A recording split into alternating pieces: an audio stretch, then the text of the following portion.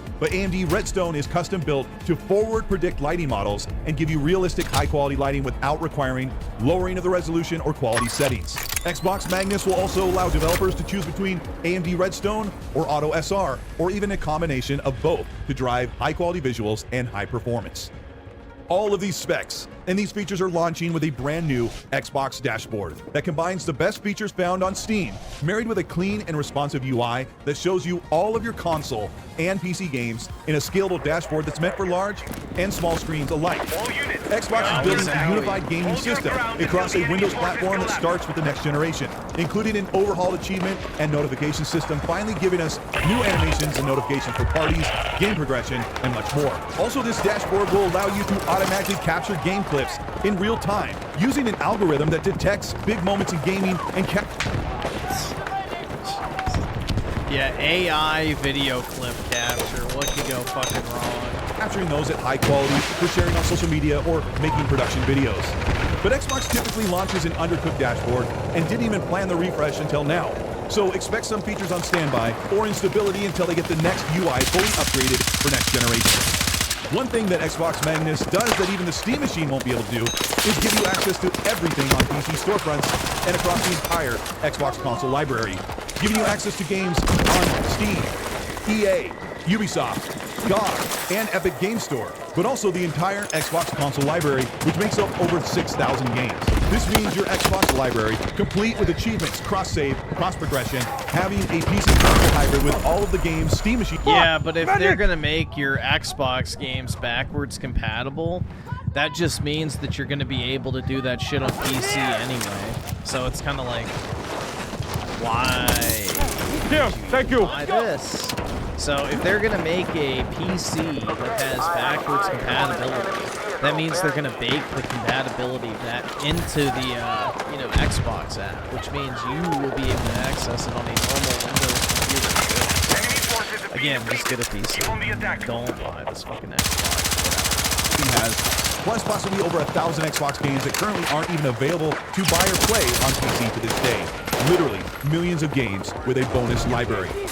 This also includes over 6... No, it's apparently because PlayStation's games have not really been selling well on PC. So, they just view it as a net negative. They're not making a ton of money, and on top of that, it's like, exclusives are what sell the consoles. And in Japan, PC has eaten up such a massive market share that, PS5 is basically dead. So, if most Japanese people have a Switch 2 and a PC, and Sony puts their games on PCs, they're never going to try it. So, my guess is it's to try and run over the Japanese market. Probably was a betting man, the main reason why they did it. That, and I don't think their games are selling very well on PC.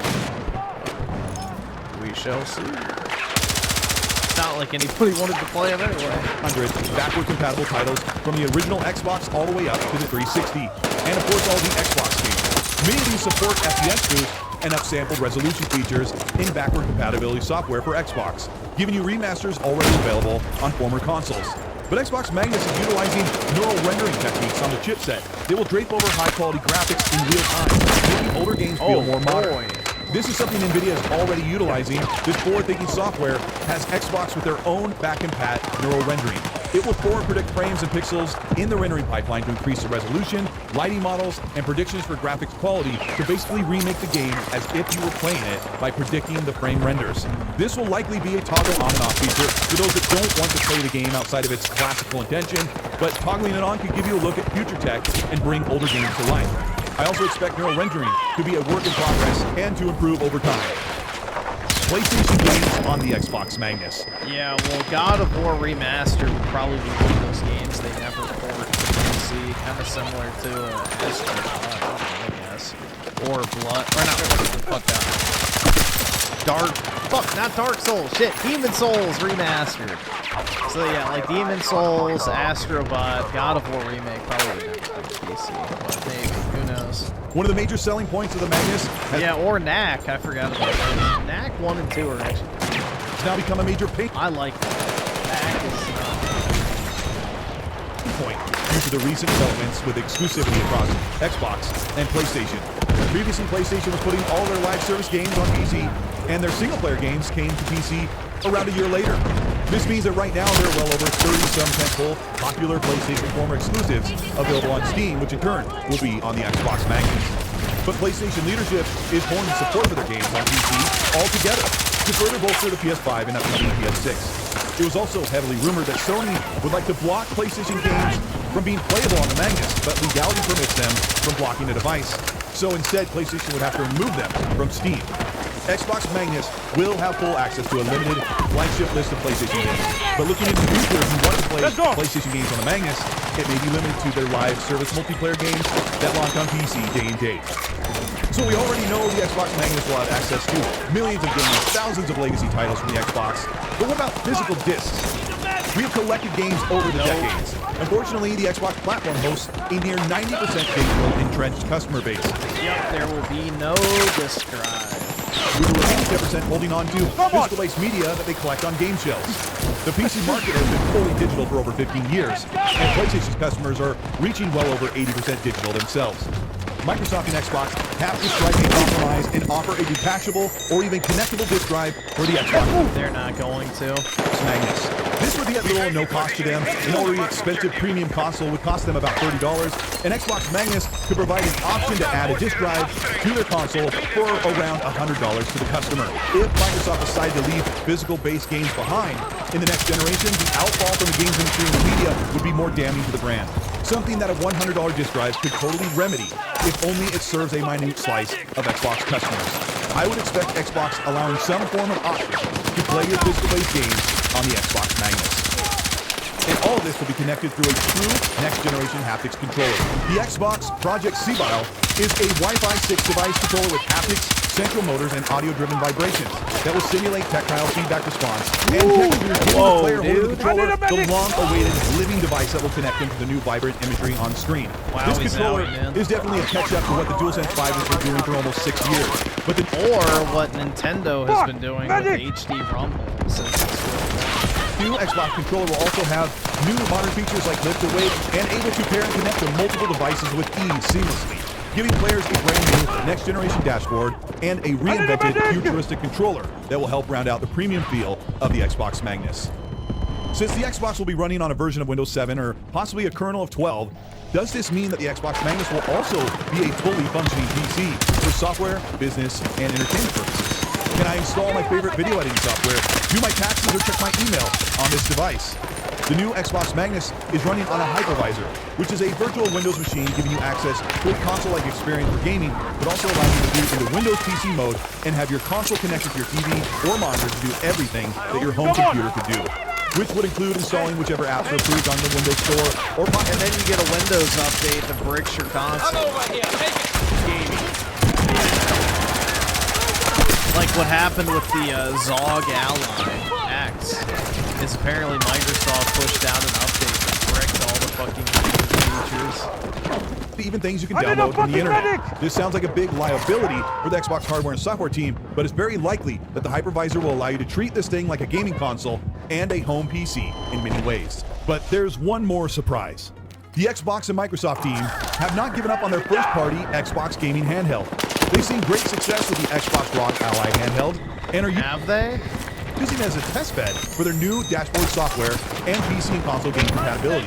Because according to Windows Central reports that the Xbox first-party handheld is still on the menu, and that Xbox is planning to release it sometime around the Xbox console PC hybrid Magnus, or just afterwards. This will be much like the handhelds we see in the competition market right now, with full compatibility, but using a bin yield chip of the Xbox Magnus. I don't know, bro. Now that I have like this Switch 2, I really there are huge moves. I don't really want another handheld, to be completely honest. Like, I'm very happy with the Switch 2. This thing is great. You know, it's got all my Nintendo games on it. You know, third-party support is pretty good. I mean, it's actual native ports that you know are gonna work well. So, I don't know, man. The whole Xbox handheld would be nice to play like 360. I need a medic! So, I'm very happy with my Switch 2, personally. I think this thing is pretty much everything I'd want out of a handheld. The only thing that'd be nice is if it had an OLED screen, but I'm sure that'll come eventually. Still chip of the Xbox Magnus inside. That would be Yeah, I'm getting the Iron Thor too, so I'm just talking about like an actual official piece of gaming hardware. Yeah, the Iron Thor, if you just want to play like retro games and shit emulated, that thing's awesome. I'm looking forward to getting that. you full access to every feature and game we just mentioned, full compatibility with your Xbox library, plus everything available in PC. This will likely be an expensive handheld device, so developers will have a strong hardware platform to port their games to. The Xbox first-party handheld will likely be priced as close to the next-generation Xbox console. So, how much will the Xbox Magnus cost? We're still waiting on the price point of the Valve Steam Machine, which will likely start around $800.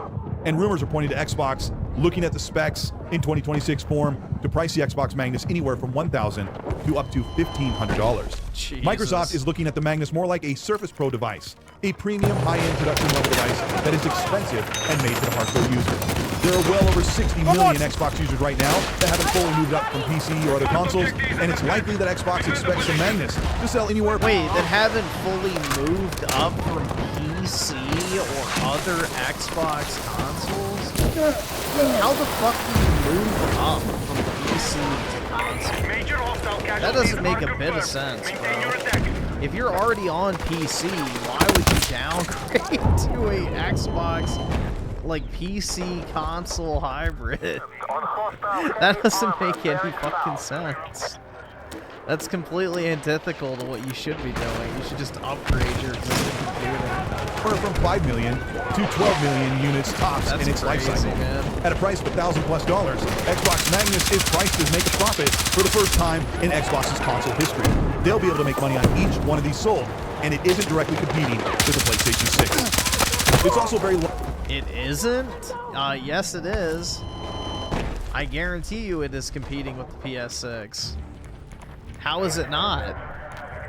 Likely that the Xbox Magnus console PC hybrid will be revealed sometime at the Xbox's 25th anniversary event in November of 2026. This is where Xbox will likely announce the project name, something like Project Prime, or the actual name of the console will be revealed sometime a year later, as the targeted release date for the Xbox Magnus would be in November of 2027.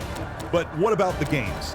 The console is not desirable without a great library of games that will be supported on the device, and Xbox's Matt Booty has explained they have over 40 game projects in the works as of 2025. 40? Remember it used to be 10, then it was 20, then it was 30, now it's 40. Hostile forces incoming. Keep them pinned and exhaust their reserves. I can barely even count that high. That's crazy. But the major question of exclusivity has arisen due to fans' backlash and the new CEO, Ashish Sharma, Take one to considering get their carried. Xbox stance with exclusives that just started coming to the PlayStation. The idea of going back to full console exclusivity is completely out of the question, as Xbox has seen. Dude, Nintendo, I don't think really caught the wave. Nintendo has always been successful with handhelds. Ever since the original Game Boy, every single Nintendo handheld has been an absolute, massive success. The Game Boy sold incredibly well. The Game Boy Color sold well. The Game Boy Advanced and the SPs sold well. The DS sold incredibly well. The 3DS, even during a weaker point in Nintendo's history, still sold very well. The Switch 1 is on pace to be the best-selling console of all time. And, Switch 2 is doing incredibly well, too. So, Nintendo has been nothing but consistent with handhelds. So, they were smart to fuse their console business into a handheld. But I don't think Sony is going to be doing that. I think Sony's going to have something similar to kind of like the Zog Ally, where you have the external device. It's not the actual main system. Great success releasing their games day and date on PC. But could Xbox be looking at some sort of time-set exclusivity before games go to PlayStation? Grab what I you think they can. would lose money by not selling them on the PlayStation, but maybe looking at the business as a whole and keeping Xbox fans intact. That Ashish Sharma has to look at exclusivity agreements to put Xbox games on the PlayStation console at least 1 year after they release on Xbox, PC, and Game Pass. And here's why. Xbox games have been available for over a decade to nearly everyone across multiple devices that support the Xbox ecosystem on PC and Steam. But how is Microsoft supposed to grow Game Pass with a healthy start of Xbox Magnus console sold without an exclusivity window. People who are willing to wait to buy games would still boost sales when the game finally comes to PlayStation. But Xbox's problem is deeper than an exclusivity window. They need to have games that are so popular, so anticipated, that no one can wait to play them. Xbox could look at something like Elder Scrolls 6, a game that millions will want to play the moment it releases. I need a magic! This is the perfect example to hold a timed exclusive to draw people to the Xbox console, PC, and to grow Game Pass. But if Xbox doesn't have games that are leaping off the page, with people begging to play them from the entire community of gamers, they will have very little power in holding timed exclusivity to grow their platform. Xbox and Microsoft need to work together to unify the Windows and gaming experience with fully cooked and cultivated software that makes the gaming experience seamless with high-quality games that everyone is talking about. Dude, the whole PS2 sales thing is fake anyway, because look.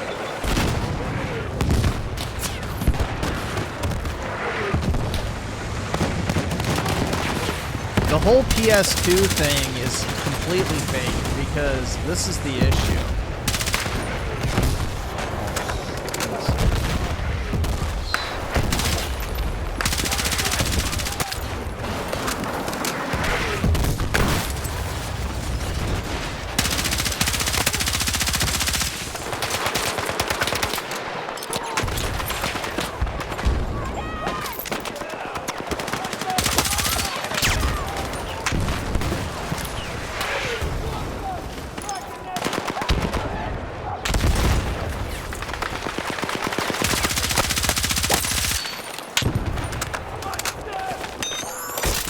Trying to see if I can find that award. You had my back.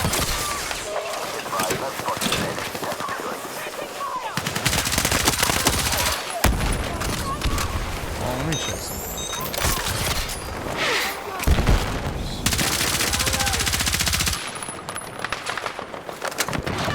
Nice.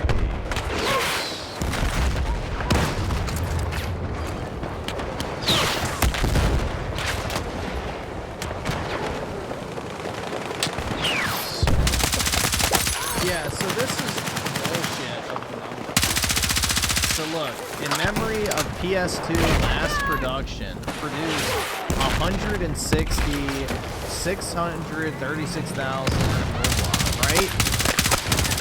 Dude, how is every single console a sale?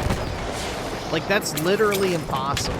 They did not sell through every single PS2 release. The production number is not a sales number. That means that no one exchanged one for a warranty. That means none of them got damaged in transit. None of them sat unsold. None of them got recycled. You know, it's just none of them fucking shit the bed and had to be replaced. Like, yeah, no. Bullshit. None of them had any sort of flaws or anything coming off the production line. Like, this assumes that every single PS2 ever produced was sold. That's bullshit. Literally impossible.